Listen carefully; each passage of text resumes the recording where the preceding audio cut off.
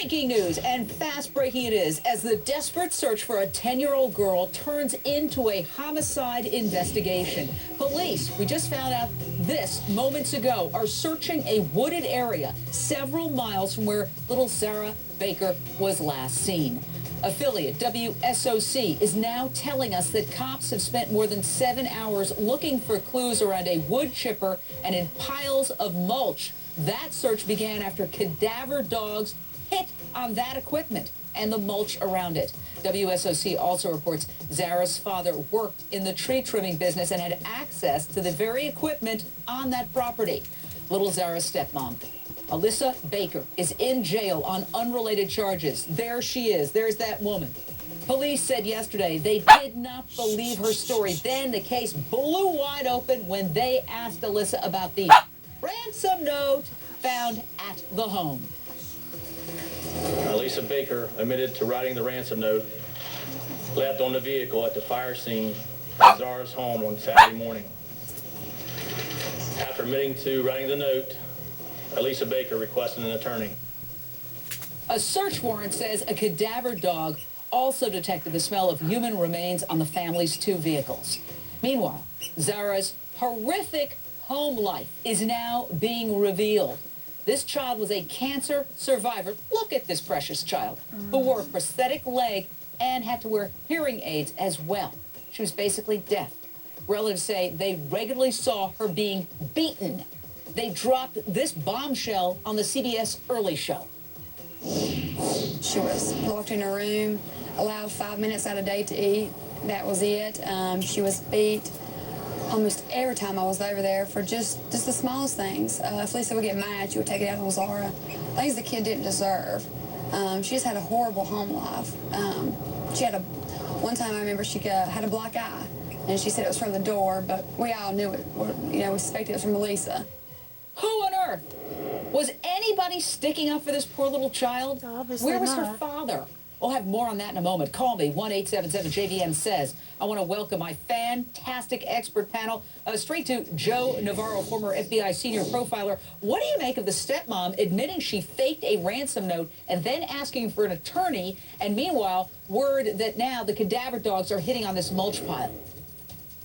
Well, I'm glad to hear that at least some of the truth came out. It appears that this child has suffered terribly, and if the stepmother was involved in any way, I'm glad that at least she has admitted to this. What awaits us is what other horrible things transpired prior to this death. And I think that's what awaits us in the future.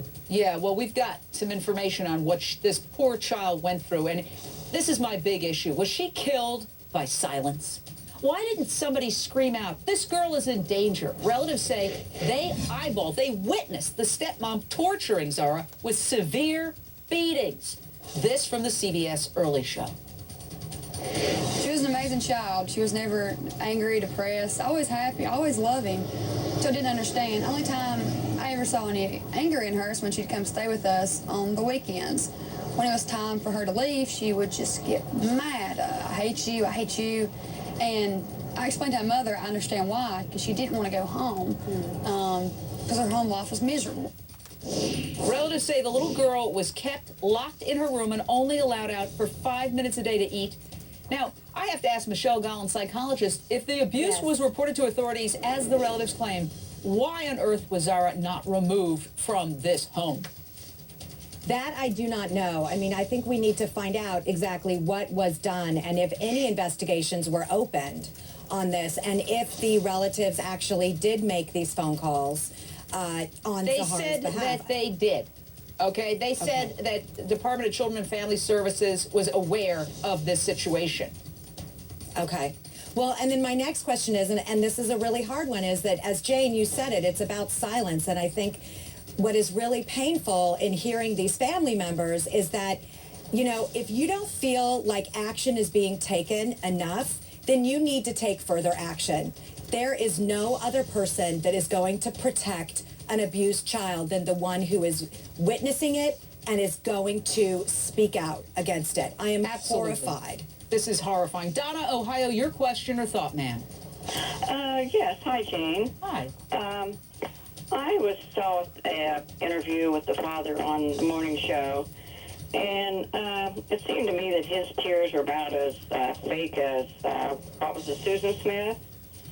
Yeah, Susan And Smith, they who just drove her didn't- kids into a lake and then claimed that somebody carjacked her car.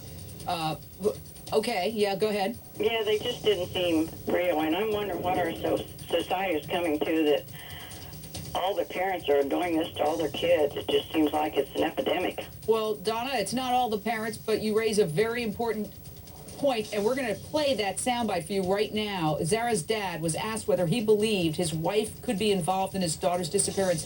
Here he is yesterday on ABC. I wouldn't like to think so, but going off what I've heard so far, it could be possible. I didn't talk to her very much when I called the police. I think just about every officer in Hickory came to the house. And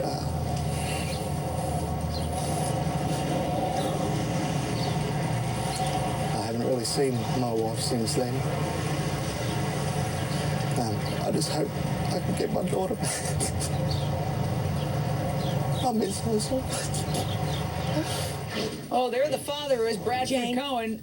Go ahead, Michelle. What's your analysis of the tears? I have to say, I mean, if there are relatives that did not live in the home that knew of this abuse, and then we see this father, I am enraged hearing him. And clearly, if what we believe happened, he is culpable as well. He knew that child, his daughter, was being locked in the room and not let out for except for 10 minutes.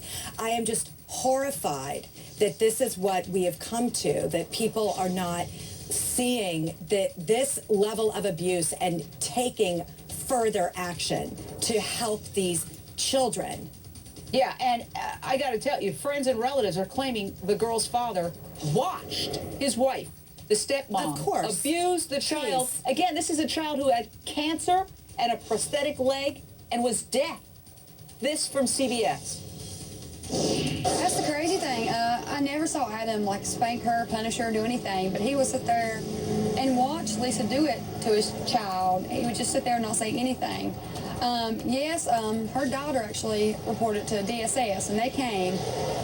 I don't know how much was done, but yes, it was reported. Bradford Cohen, criminal defense attorney, what should happen to this father?